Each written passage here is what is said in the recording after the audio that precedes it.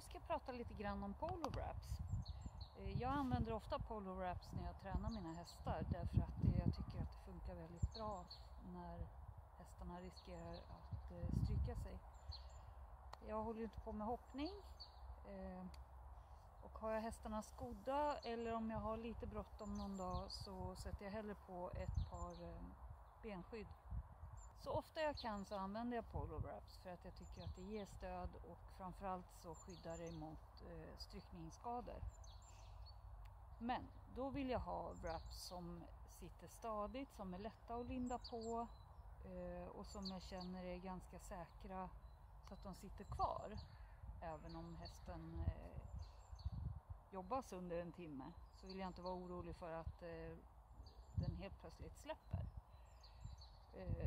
Och då vill jag prata först och främst om att de flesta av mina hästar, det är ganska små hästar. Det är mera västernhästar och iberiska hästar som är lite smalare i benen än halvblodshästar. Så att har man ett halvblod så kanske inte den här testen riktigt är rättvis.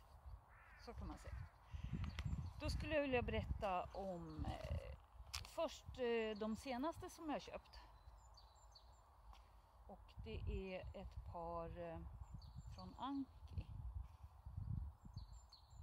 Just det, Anki Technical Bandage. Det är de här bruna och de här svarta är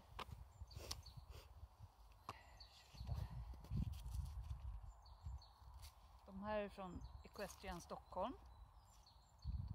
Plasten.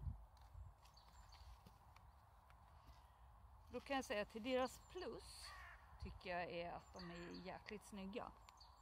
Framförallt de här Equestrian Stockholm som går att få i massa olika färger och matcha med vojlockar och de här går att matcha med hennes andra benskydd och boots. Men för mina hästar märkte jag direkt, de här köpte jag till min PRE och problemet med Equestrian Stockholms fleecebandage är att för det första så var de alldeles för långa och anledningen till att jag tyckte att de nog var alldeles för långa är ju också för att de töjer sig. Så om man drar i dem så här så ser man ju att de blir som gummisnoddar. Ankis är något bättre, men som synes så töjer de sig också.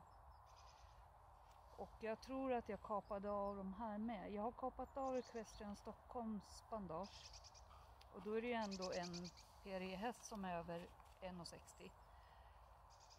Men jag vill ju att man ska kunna börja linda ganska långt upp på benet, sen linda över kotan och så upp igen och så slutar de där uppe. Men de här fortsatte liksom en bit ner igen. Och jag vill inte hålla på att linda dubbelt heller för mycket, utan det ska vara ett snyggt lager från mitten av skenan ner och så upp och sen ska den sitta där uppe. Så de här kapade jag av Equestrian Stockholm som jag upplever ändå att de är för elastiska. Så det blir liksom inget bra stöd.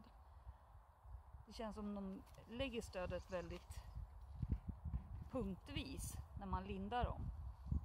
Så jag har varit jättebesviken på dem. För de är ju ändå inte helt gratis om man säger så. Ankis var bättre i pris. Och något bättre i kvalitet. Så de kan jag nästan rekommendera. Men om man ska ha några som är riktigt bra så har jag köpt mina bästa ifrån USA. Och det här är några som jag har haft i massor av år. Och det är Cactus Gear som har gjort dem. Och det är ett amerikanskt märke. Och det var det jag skulle berätta också om de här. Det viktiga är ju att de också slutar rätt. Så att den här kardborregrejen hamnar rätt sista varvet. Så att den inte bara tar liksom jättelite i slutet och resten blir hängande. Det finns ju ett knep man kan göra då om det är så.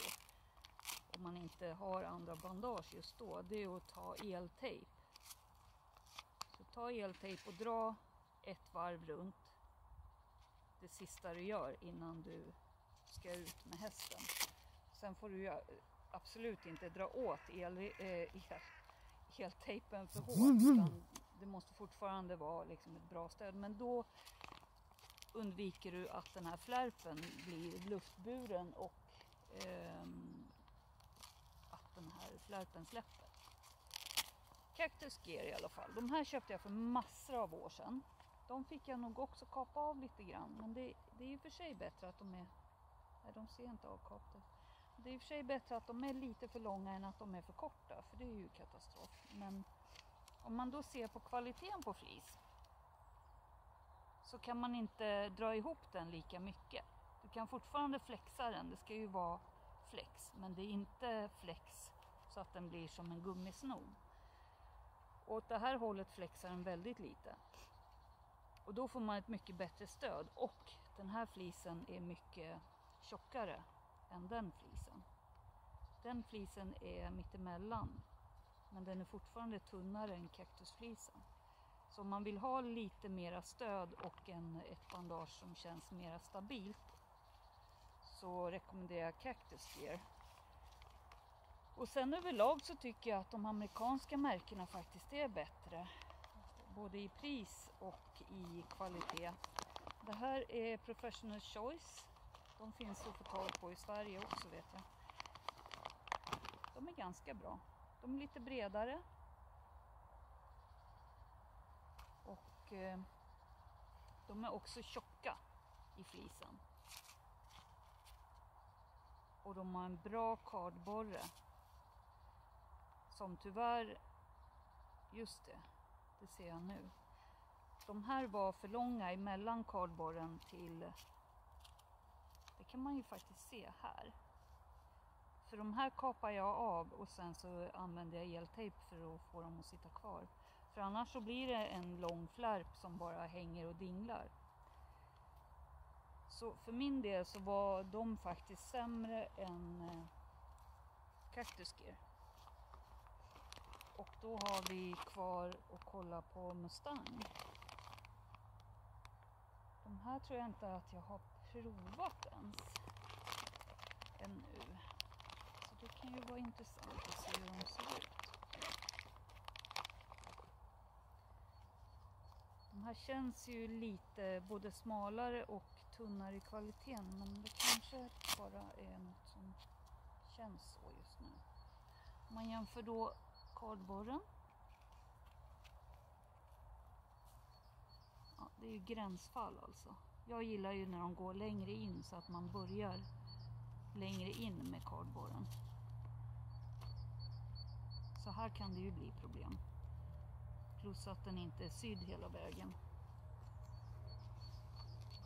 Och den är ganska tjock, men det har ju också att göra med hur flisen är konstruerad. För den här flisen känns mycket tunnare och mycket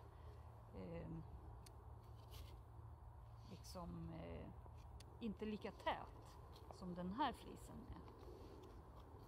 Men den är inte så flexig som Equestrian Stockholms bandage. Men den är fortfarande ganska mycket flexig. Ja, jag skulle säga faktiskt att den här testen vinner Cactus Gear. Och de här har jag haft i jättemånga år. Jag har tvättat dem säkert 100 gånger. Och de ser fortfarande lika bra ut.